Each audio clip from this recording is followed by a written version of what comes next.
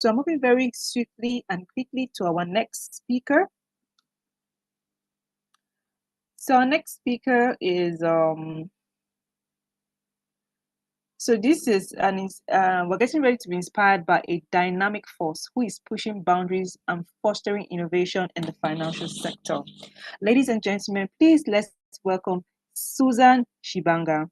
She's the CEO Agora Microfinance Zambia. She's a seasoned leader at Agora Microfinance Zambia.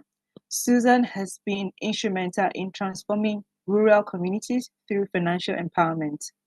Joining as CFO in 2016, she quickly ascended to CEO, using her governance and leadership expertise to drive the organization's growth. Under her strategic guidance, Agora has become a top provider of financial services for smallholder farmers and traders in Zambia. Beyond Agora, Susan influences the microfinance landscape as president of the Association of Microfinance in Zambia and treasurer of the Micro Insurance Technical Advisory Group, making her a key figure in advancing financial inclusion. Now she'll be taking us on corporate governance, understanding board structures, roles, and responsibility. Her job is to give us the technical bit of what it means to get to the boardroom and what to expect, the technical part of it. So thank you, Susan. And most welcome to the Growth Conference. And we appreciate you for giving us your time and expertise. So let's give a warm virtual round of applause to Susan as she takes the floor. Thank you. You have 20 minutes to deliver your exceptional speech. Thank you. Thank you so much, Ogo. Thank you. I hope everybody can hear me. I am so delighted to be part of this conference. And truly, I can see that every person that is on this platform is really determined to get to the next level. I mean, nothing can stop you if you can stay up this late hour or very early in the morning, depending on where you are, just to listen to this and take down the notes and really build yourself. Whatever it is that you invest in yourself, nobody can take it away. And I can assure you, having listened to the various conversations on this platform, the presentations from all the previous speakers, you will not be the same. By the time you wake up tomorrow, you will have a different perception. So we'll get right into it right now as we talk about corporate governance. Let me just see if I can share my screen. That I can. Okay, I'm disabled. I'm just a participant, so I don't know if you could help me.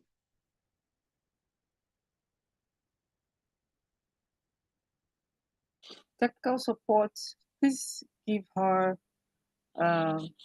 right as a co-host so she can share her screen. You can go ahead. You can go ahead. Okay. Thank you. Thank you. Okay. Yeah. I hope everybody can see. See if I can do a slideshow. Yes, we can. You can see your screen. Okay. Sure. Yeah, so I will be talking about corporate governance. Definitely a more critical and very, very technical topic. However, I think we shall try and make it as exciting as it can be. I think this is the place where that defines the boardroom. And I think throughout the years, for some of us that would be on this platform, have heard about the corporate failures that have been there in different sectors. And everybody asks the one question: where was the board? Every now and then you will hear there's a company that has been liquidated. There's a company that has declared bankruptcy. Where was the board of directors? And so I'll just share a few tips or a few thoughts around corporate governance that each and every one of us, when we are taking up these board roles, we should bear in mind. You know, taking up a board role is a responsibility. I call it a place of function. It is not just where you will go and make an extra amount of money, but you have a responsibility. And so we'll be looking at what exactly is corporate governance. Why are we focusing on corporate governance? What is the role of the board of directors? Some of the board dynamics, and I'm so glad that some of the previous speakers have spoken to some of the thoughts that I do have here, and the reasons for board failure. When we are talking about corporate governance, and of course, there are a number of definitions out there. So I picked out a few that I could relate with and that do resonate to this presentation. Generally, corporate governance is perceived as a system by which corporations are directed and controlled. And so you need to pay attention to these two words, being directed and being controlled. Sir Adrian Cadbury defined it as corporate governance is concerned with holding the balance between economic goals and between individual and communal goals. The aim is to align as nearly as possible the interests of individuals, corporations, and societies. Here also I pick a few words for myself, which is talking about interests, talking about balancing, communal goals. I personally define corporate governance in a very simple statement. It's delivering balanced outcomes for all. That is how I would define corporate governance, delivering balanced outcomes for all. Now, we do take record that every organization has a number of stakeholders. You will have the employees, you will have the management, you will have the board itself, you will have the shareholders, you will have the clientele that you are reaching out to, you have suppliers, you've got government. That is also a stakeholder in whatever it is that you are doing. And so that is why, in my experience, I have come to understand that corporate governance simply is talking about delivering your balanced outcomes for all your stakeholders. Now, when I look at why corporate governance, we are saying we are managing the stakeholder interest. We are looking at sustainability, we are looking at leadership, and we are looking at ethics.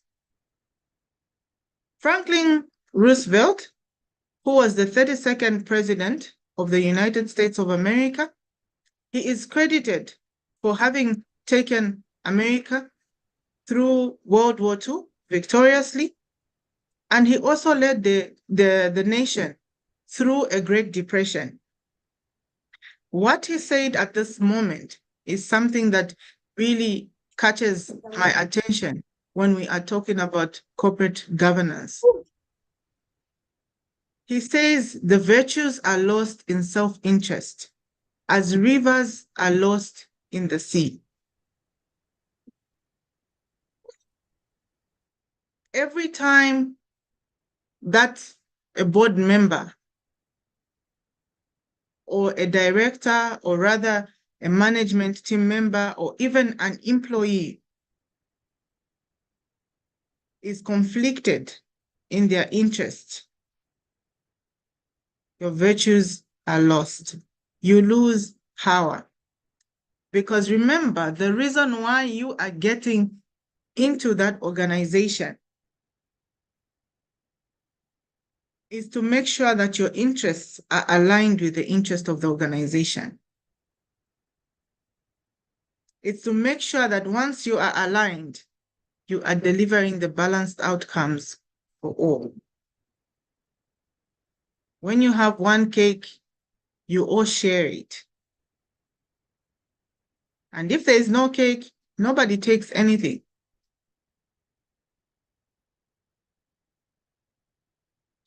We have seen that the board itself, which is appointed by shareholders mainly, has got what I would call 5 major roles. Number one, they appoint the CEO. And this is the person that the board would ideally work closely with to drive the agenda in the institution. And of course, the CEO will then appoint the management team, which is the extension of their hands. The board also are responsible for the policies and the governance frameworks of the organization. And so if you take up a board seat, you need to understand that you are there to have oversight on the policies, the governance framework, the control environment of the institution, the risk framework of the institution. You are not just there as a board member for you to go and pick up your allowance or for you to just give instructions, but you have responsibility and oversight of the institution.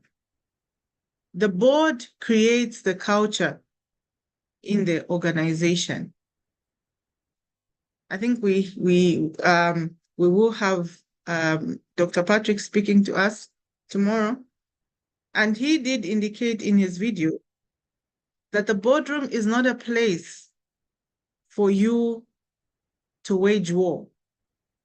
It's not a place for you to begin to show each other who is better than the other. We have seen this in some boardrooms. The directors want to show that they are more knowledgeable than the management. The management wants to show that they actually have more understanding, more experience, hands-on experience than the board members. The boardroom is not a place where we wage war. It's a place where we collaborate with one interest in mind, the organization. The board creates the culture of the institution, in that the board, whatever it is, whatever the direction that or the tone that the board will set in the institution, that is what will be cascaded throughout to the most junior employee. And so if the board creates an environment of respect and trust, you will understand that the entire institution would follow through. If the board is very supportive, and we could see the statistics as presented before by Dr. Henry, I think that the board has got the responsibility to create a gender strategy that is going to help to bring these women to the boardroom. It is because the board that creates the culture is full of men. How do you expect them to start thinking about gender and diversity and inclusion? And sadly enough, sometimes you will find that even when women would get into the boardroom, they would think that they need to think like men. We have seen that over the years. And I would like to encourage the women that are even listening right now. You don't need to go into that boardroom to try and imitate men or to try and think the way they think. You have an opinion. That is why you are a woman. You have an opinion.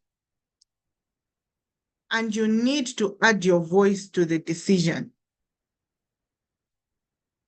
A voice that speaks and thinks like a woman. I do understand that there are many stereotypes that are there, as highlighted earlier. And some of these have actually ended up giving us that imposter syndrome that has been talked about, where you think that I do not add value. And specifically in Africa, I think this would also be in some other countries in Asia, probably, where the culture is really about men. We think that if me as a woman, I'm going to add my voice, then people will think I'm very disrespectful. How can I respond to a man's opinion, which is not right? How can I counter that? And so the board has this responsibility to make sure that they create the right environment in which the organization can thrive. The board is also there to manage stakeholder interest through the decision-making process to make sure that each and every stakeholder, their interest is actually taken care of.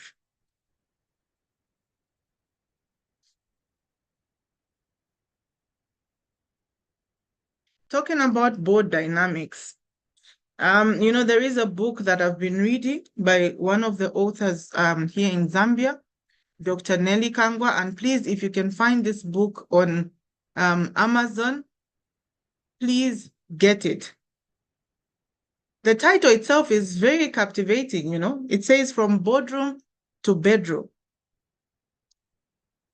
I love the book because it actually is talking about the different dynamics that are there in the boardroom and also the dynamics that are there in the bedroom. So when it says the boardroom, it's just a place of decision making, the marketplace where you can play as an entrepreneur, as a professional, as a businesswoman, the marketplace itself. And then when you're talking about the bedroom, it's just a home place. And I think that, as women, this is a place, this being in the marketplace and being in the bedroom, as this is stated, the balance really is very difficult to find.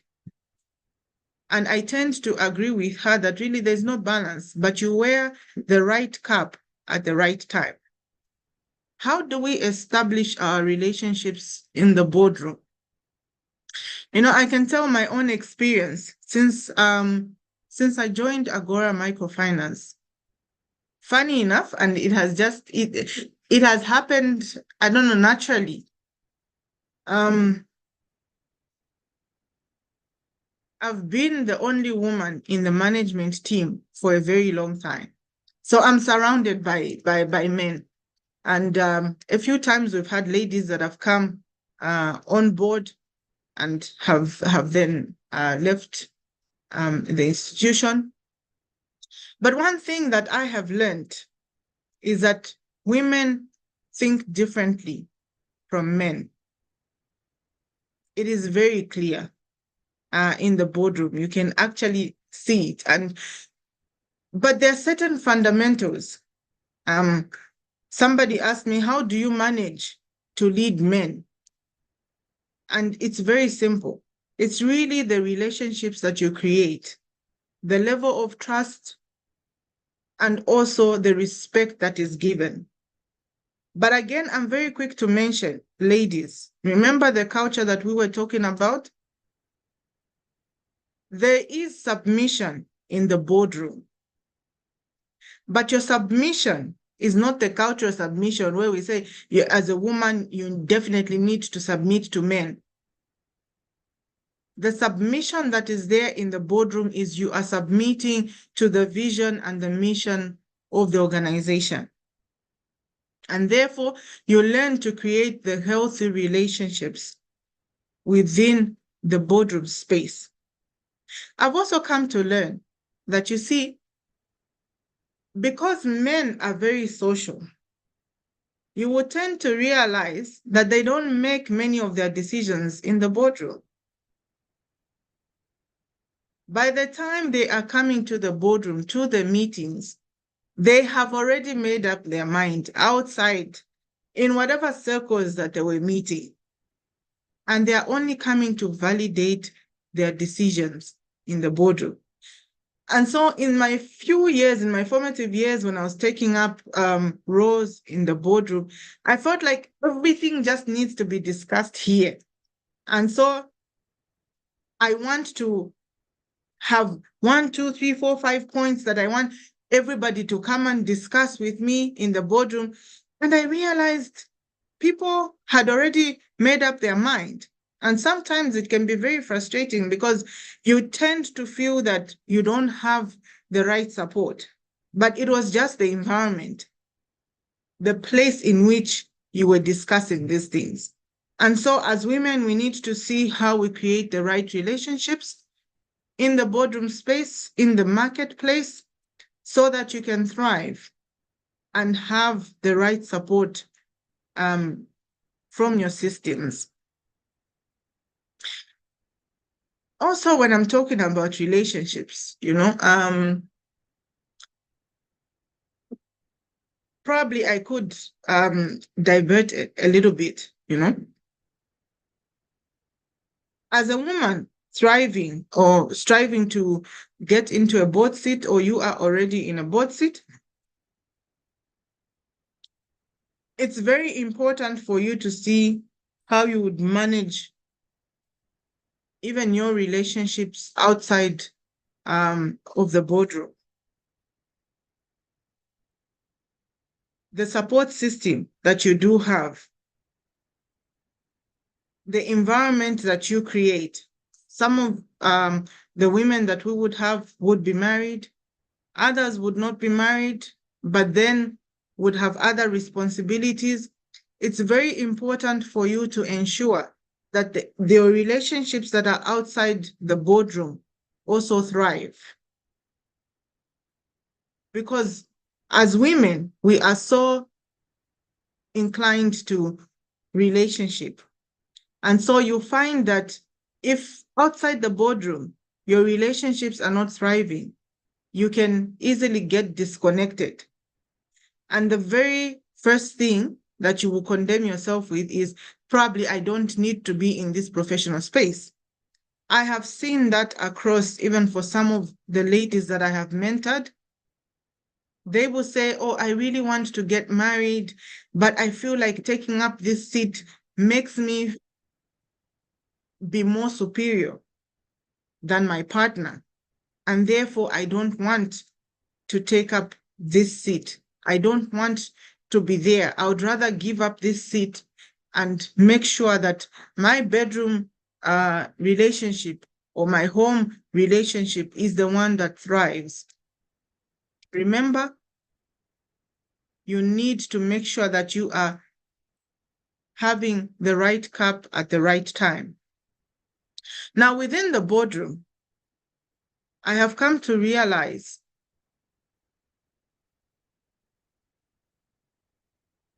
that the values that you do hold as an individual have a key role to play in how you will succeed at the table. I always love to say people will follow and support values. It's the values that they will follow. Let's talk about some of the boardroom dynamics that we would have. So, for example,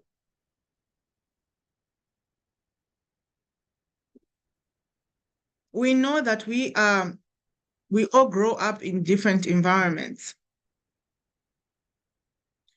And the way that we are raised has got the ability to influence how we relate with other people. When I have been reading Thomas Erickson's book, Surrounded by Setbacks, I think it's a sequel to the other book that he wrote, Surrounded by Idiots. he likes to use the DISC model, of describing behavioral types. We're talking about the reds, the blues, the yellows, and also the greens. In many cases, those come about because of their reaction to a situation. And the reaction that you will have as a human being to a particular situation is informed by your values. It is your perception. If you need to bring forth something that needs to be endorsed by the board of directors, how will you influence? How will you make sure that you can actually counter a thought that comes in from the board chairman? As a CEO, as a CFO, as a management team member, without taking anything personal. Because indeed, when you are in the boardroom, people are going to counter your proposals. It's not everything that people are going to agree with. People will counter your proposals. People will reject your proposal. So how you come out of that boardroom from that decision that you did not anticipate, and how you will go back the next time, probably with the same proposal but presented in a different way, is determined by how your values have informed your decision. Because some people have ended up giving up. They disrespected me. They did not support me. And like Folashade was talking about, you get an imposter syndrome. I'm not good enough. I cannot do anything that can lead to success. And so it's very important for one to keep checking up on their values and make sure that they are very solid. When you get in the boardroom, it's not a place for you to be so emotional, but it is a place for you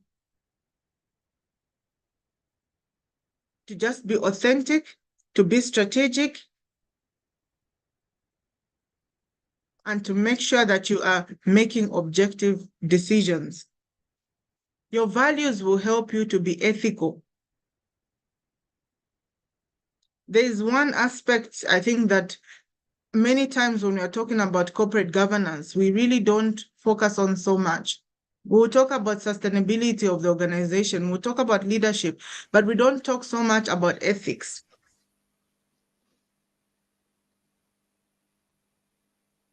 And this is an area that also can bring about the conflict of interest. Talking about some of the stereotypes, I did highlight, I think, in my introductory video, when I took up this role, this young man who came up to me and asked, but how did you convince the white man to give you that job? And I wondered what he meant, Is it that a woman could not take up this job? Is it that you cannot really you are not competent enough? And so there are all these stereotypes that people have, and everybody needs to be confident about themselves and their own abilities for them to be able to deliver. Okay, Susan, are you almost due to wrap off? Because Yes, yes, okay, almost. almost. Thank you. Okay, because we need to get the next speaker on. Thank you. Sure. Actually, I'm getting into the last slide. Okay. This is the last one. Okay, thank you. Sure. Yeah, so we have seen a number of board failure. And I think, in my view, a lot of it is because of a lack of participation by the board, the lack of paying attention to the detail. You find that the management can send information to you as a director, and you will not read the information. You do not pay attention to the information. Remember, when we started, we indicated taking up a board seat is actually a responsibility. And so the corporate governance failures that we have seen in the examples of Enron and other institutions, the Silicon Valley really it's how was the board taking up their responsibility? Were they checking the numbers? Were they actually asking the right questions to the management team? Were their interests conflicted? When you have a dominance by other members, and most of the times it's from the board chairperson dominating all the conversations, and nobody can actually speak, it's a red flag. We need to make sure that everybody has a voice. And of course, we have highlighted on the conflict of interest that would be created. I would like to encourage each and every one of us, as we are taking up these seats at the table, to make sure that we are delivering balanced outcomes for all, because that is the reason why you are brought in as a director, to ensure that you are managing well in the institution. Thank you so much. Oh, thank you so much, Susan. You just dissected corporate governance. When we hear corporate governance, we just think it's this voluminous, book that someone needs to read and just pack it one place. But you made it realistic, something that we can, use in our daily life, even if you're not at the board. Corporate governance is really important for everyone. Thank you. I appreciate your time. We need to go to the next speaker now.